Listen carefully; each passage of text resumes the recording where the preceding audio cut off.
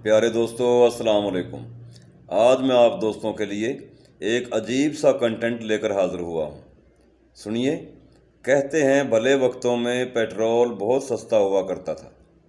दाल सब्ज़ी लेने बाज़ार जाना, ड्यूटी कारोबार वगैरह पर बड़ी बड़ी गाड़ियों में जाना बहुत दूर की बात, मुर्दा जानवरों की हड्डियाँ चुगने वाले भी सड़कों, नहरों पर, जंगलों में मोटरसाइकिल पर घूमते फिरते थे।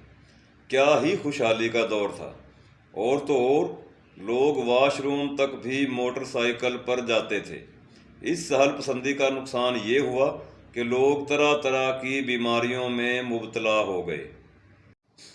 शुगर, कैंसर, दिल के अमराज, कोरोना, हर आदमी मरीज। अस्पताल मरीजों से भर गए। डॉक्टर भी परेशान, हुकूमत भी परेशान कि इस आफत से कैसे छुटकारा हासिल करें, अपने अजीज़ हमवतनों को दोबारा से सेहतियाब कैसे करें। आखिरकार दानश्वरों ने हुकूमत वक्त को तजवीज़ दी कि पेट्रोल महंगा कर दिया जाए। इतना महंगा कि गाड़ियां चलाना तो दूर की बात, पेट्रोल महंगाई की वजह से अशियाए खुर्दो नोश भी आम आदमी की पहुंच से दूर हो जाए। अवाम ना पेट्रोल ख़रीद सकेगी, ना दोबारा से सहल पसंदी आएगी और ना ही बीमारियां फैलेंगी। इस तरह अजीज़ हमवतन एक बार फिर से सेहतमंद और हट्टे कट्टे हो जाएंगे। लेकिन हुकूमत की ये सोच उल्टा हुकूमत के ही गले का सांप बन गई।